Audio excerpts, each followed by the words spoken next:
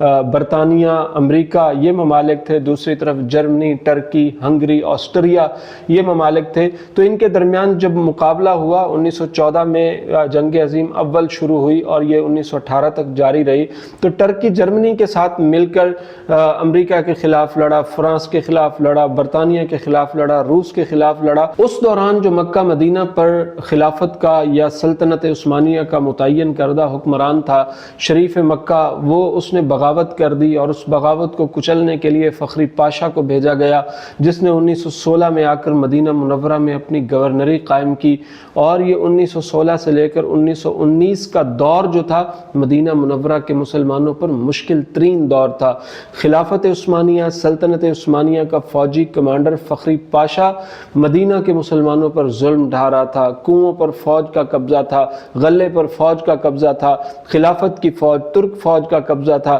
اہل مدینہ کو لوٹا جا رہا تھا، ان کے گھروں کو لوٹا گیا، ذخائر لوٹے گئے، مسجد نبوی کے صحن سے جو ہے وہ چیزوں کو چرا چرا کے استنبول منتقل کیا گیا۔ اس دور کے رائٹرز نے کتابیں لکھی ہیں، صفر و برلک کے نام سے محمد الساعدی سعودی رائٹر نے کتاب لکھی ہے، اس نے لکھا ہے کہ اس کا اب ڈرامہ بھی شاید آپ کو یوٹیوب پر مل جائے گا، موجود ہے۔ صفر و برلک کو کہا جاتا ہے اجبار الناس علی السفر، لوگوں کو مجبور کیا گیا کہ وہ مکہ مدینہ میں آئیں، وہ برطانیہ کے خلاف لڑیں، وہ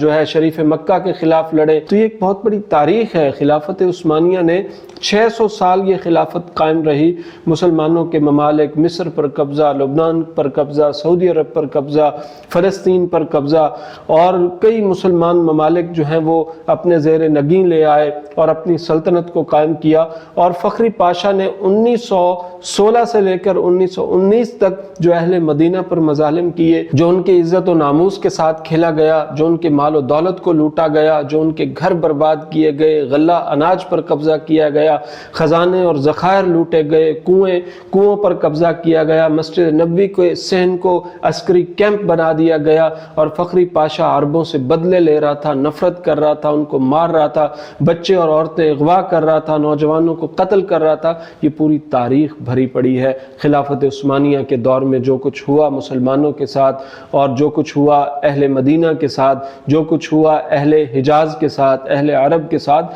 یہ تو دنیا سے اوجھل نہیں ہے، تاریخ سے اوجھل نہیں ہے، مسلمانوں کی تاریخ اس کو جانتی ہے۔ تو اب لوگ کہہ رہے ہیں کہ رجب طیب اردوغان آ گئے ہیں، خلافت واپس آ جائے گی، معاہدہ لوزین ختم ہو جائے گا، اور یہ آل سعود کو حجاز سے بھگا دیں گے، مکہ مدینہ دوبارہ قبضے میں آئے گا، دنیا سے ڈالر کی حکمرانی، پاؤنڈ کی حکمرانی ختم کر دی جائے گی، اور فلسطین کو آزاد کروا لیا جائے گا، مسجد اقصی آزاد ہو، اللہ کرے ہو جائے، ہم تو چاہتے ہیں ہو جائے۔ تیسرا دور شروع ہو گیا نا رجب طیب اردوغان کا۔ پچھلے 8-10 سال میں کوئی ایک تقریر رجب طیب اردوغان کے نکال کے مجھے دکھا دیں جس میں وہ کہہ رہے ہوں کہ میں خلافت عثمانیہ لے کے آؤں گا، میں فلسطین کو آزاد کراؤں گا۔ تعجب تو یہ ہے کہ اسرائیل کے ساتھ سب سے پہلے سفارتی تعلقات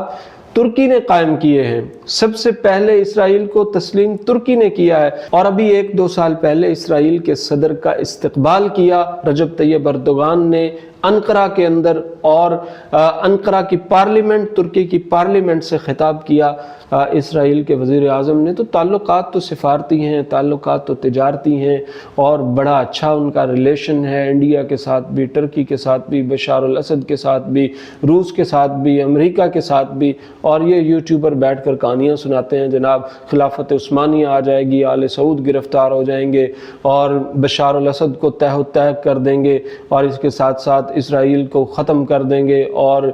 خلافت عثمانیہ کا دور آ جائے گا، اور یہ باتیں کس سے کہانیاں سنائی جا رہی ہیں۔ 100 سال مکمل ہو گئے ہیں، معاہدہ لوزین ختم ہو گیا ہے، معدنیات نکالیں گے، پیٹرول نکالیں گے، یہ کچھ وہ کچھ، یہ ساری باتیں۔ ترکی آلریڈی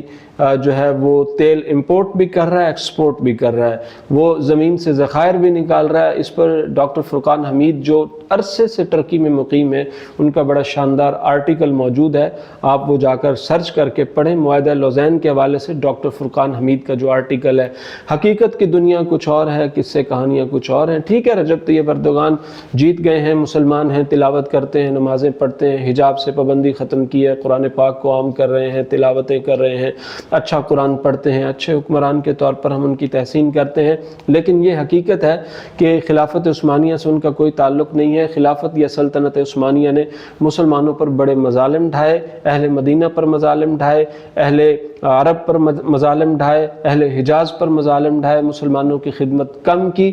ذاتی سلطنت ان کی بڑی اچھی قائم رہی، 600 سال قائم رہی، وہ اب دوبارہ نہیں آ رہی، نہ ہی اس کے آنے کے امکانات ہیں۔ یہ تمام جھوٹ ہے جو کچھ آپ سن رہے ہیں یوٹیوب پر۔ معاہدہ لوزین کی کوئی حقیقت نہیں ہے، غیر معینہ معاہدہ تھا، کوئی یہ 100 سالہ معاہدہ نہیں تھا، غیر معینہ مدت تک کا یہ معاہدہ تھا، اور یہ معاہدہ کبھی ختم نہیں ہونا، یہ اس نے اسی طرح چلتا رہنا ہے۔ اور اگر یہ معاہدہ ختم ہو بھی جائے تو وہ 40 ریاستیں جو اس معاہدے کے تحت آزاد ہوئی تھیں وہ تو اب ممالک ہیں، لبنان ایک ملک ہے،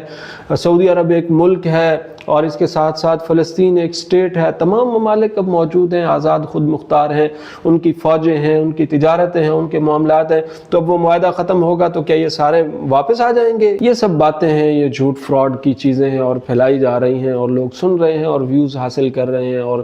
اس کے علاوہ کچھ نہیں ہے۔ رجب طیب اردوغان جیتے ہیں، اچھی بات ہے، آگے بڑھے ترکی، اس کا لیرہ مضبوط ہو، لیرہ اس کا لیر ہو چکا ہے، اور باتیں خلافت عثمانیہ کی کرتے ہیں، باتیں لوگ جو ہے ان کے حوالے سے بڑی بڑی کرتے ہیں، لیرہ کی کوئی اوقات اس وقت دنیا میں نظر نہیں آ رہی۔ تو یہ ساری چیزیں قابل غور ہیں، ان پر غور کرنا چاہیے اور حقیقت کے قریب رہنا چاہیے، افسانے اور کہانیاں نہیں سننی چاہیے۔